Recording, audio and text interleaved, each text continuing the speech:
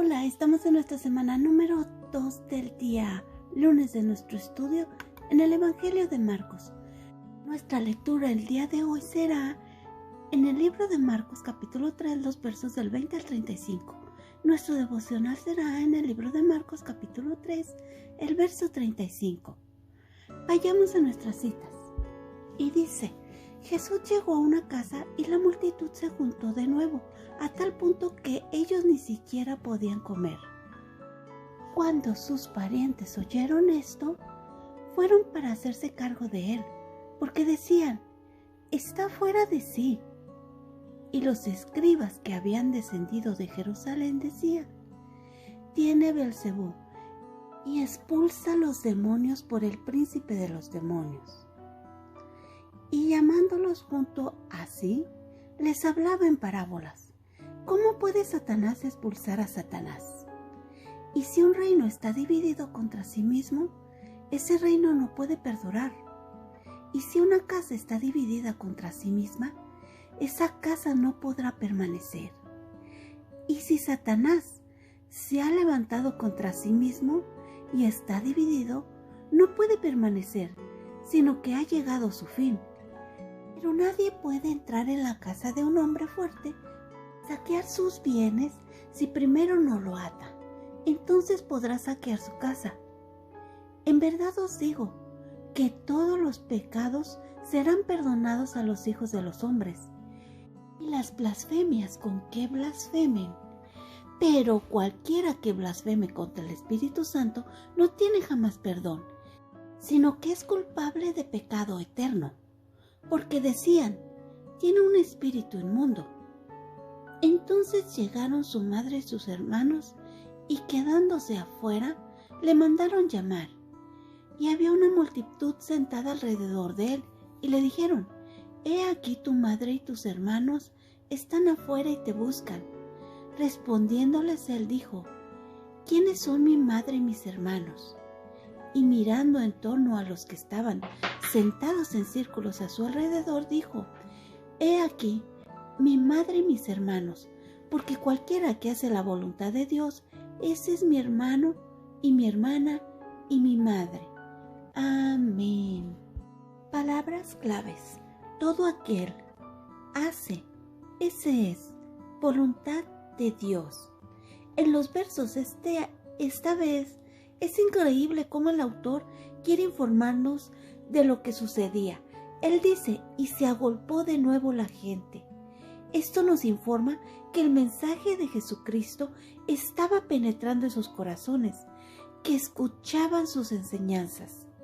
También dice que ellos no podían comer debido a esto. La palabra dice que sus ovejas oyen su voz y Él las conoce y lo siguen. Y aunque en el verso 21 dice que cuando los suyos pretendían prenderle porque pensaban que estaba fuera de sí, la Biblia dice: porque la palabra de la cruz es locura a los que se pierden, pero a los que se salvan, esto es, a nosotros, es poder de Dios.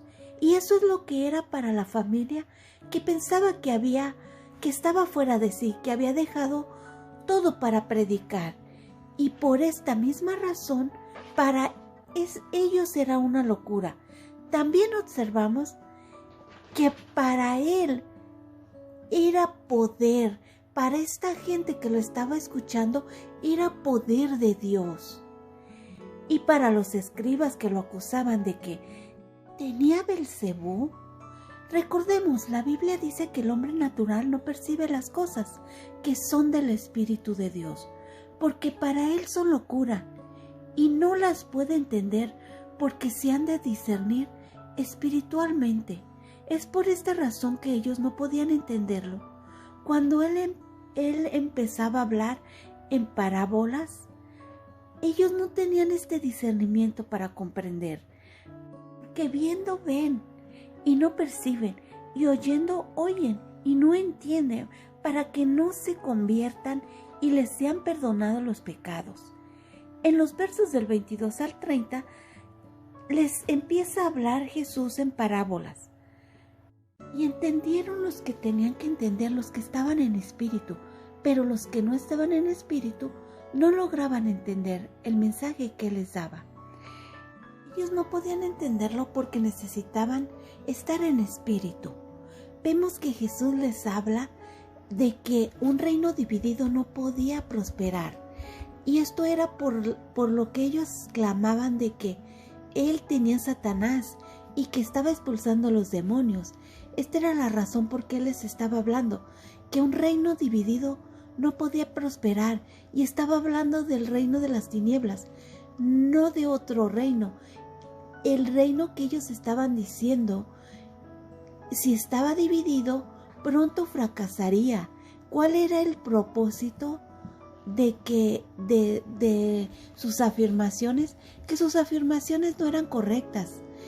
Ellos lo único que pretendían era manchar el ministerio y la enseñanza que Jesús estaba dando. Aún al continuar leyendo vemos cómo Jesús les habla al respecto a ellos, y para que ellos pudieran entender, sus afirmaciones o reclamos eran incorrectas. Nosotros leímos el lunes pasado cómo Jesús había liberado a muchas personas de enfermedades, pero también de demonios. Estas personas habían durado muchos años con demonios en ellos, y cómo Jesús los había liberado.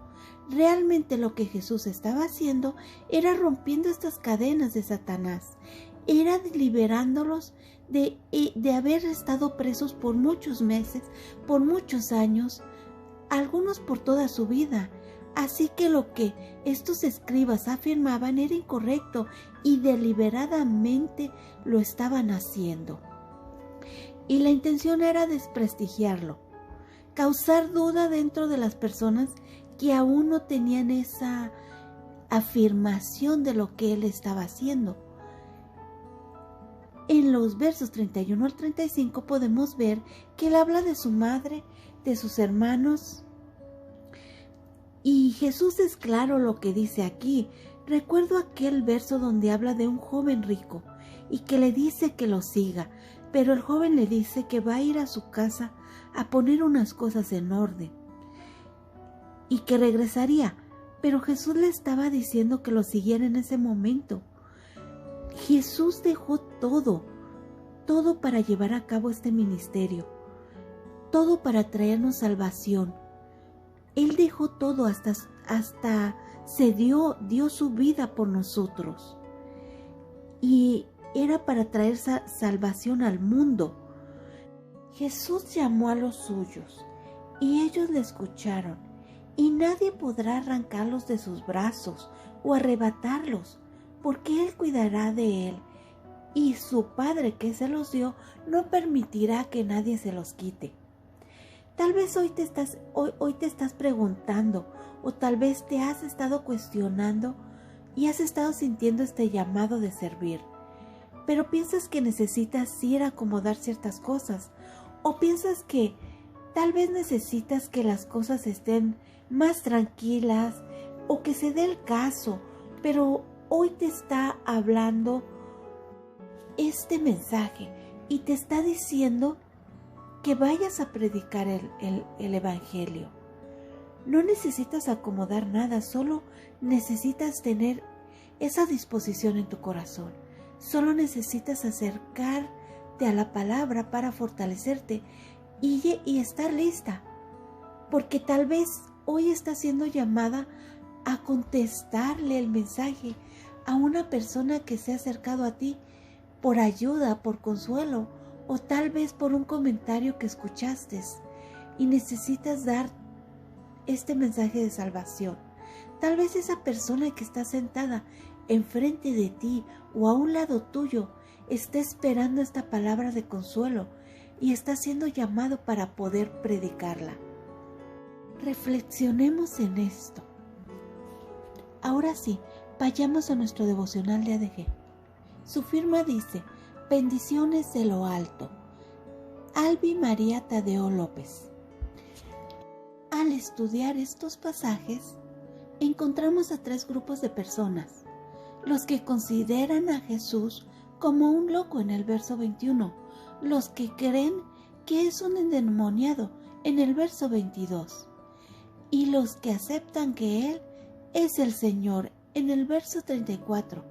Estas clasificaciones de personas me hacen reflexionar en mi identidad con Cristo y cómo me estoy relacionando con Él.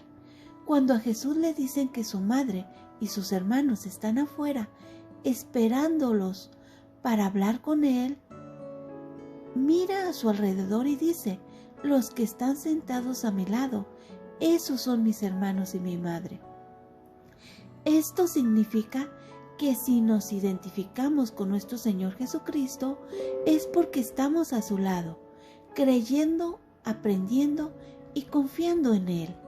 Si queremos hacer la voluntad del Padre, no solamente debe ser un deseo o una emoción, debe ser una acción que demuestre nuestra disposición a dejar estilos de vida, costumbres, amistades, reflejar un cambio en la conducta y forma de ser, así como lo hicieron los apóstoles. Obedecer a Dios es rendirse, es soltar el control que siempre queremos tener de todo, es sentir seguridad y confianza para ceder nuestros deseos, intereses y prioridades al Todopoderoso. Es vivir lo que dice Gálatas 2:20. Con Cristo estoy juntamente crucificado. Ya no vivo yo, mas vive Cristo en mí. El ser parte de la familia del Señor nos debe llevar a reconocerlo por lo que Él es y por la salvación de nuestras almas, no solo por las bendiciones que nos da. Debemos tener la disposición para ser llevadas por un proceso de sacrificio, renovación y transformación. Al ser adheridas al pueblo de Dios, iniciamos una transición. Estas nos deben conducir a aceptar el pecado que mora en nosotras, a ser confrontadas y permitir que el Espíritu Santo nos quebrante, para que destruya nuestra vieja naturaleza y construya a una hija de Dios que se rinde ante su soberanía. La evidencia de que una persona se ha arrepentido y ha creído en Cristo es que ahora hace la voluntad de Dios, no perfectamente, pero sí sinceramente. La gracia de Dios es poderosa y transforma nuestras vidas de tal forma que como creyentes buscamos hacer su voluntad, y no por una obligación, sino por agradecimiento a su bondad. Somos llamadas a ser mujeres que creemos en su poder, tenemos fe y obedecemos las instrucciones que recibimos a través de la palabra. Oremos. Señor, pon en cada una de tus hijas el deseo de querer agradarte. Ayúdanos a buscar la intimidad contigo y que sea nuestra mayor prioridad. Amén. Gracias. Dios los bendiga.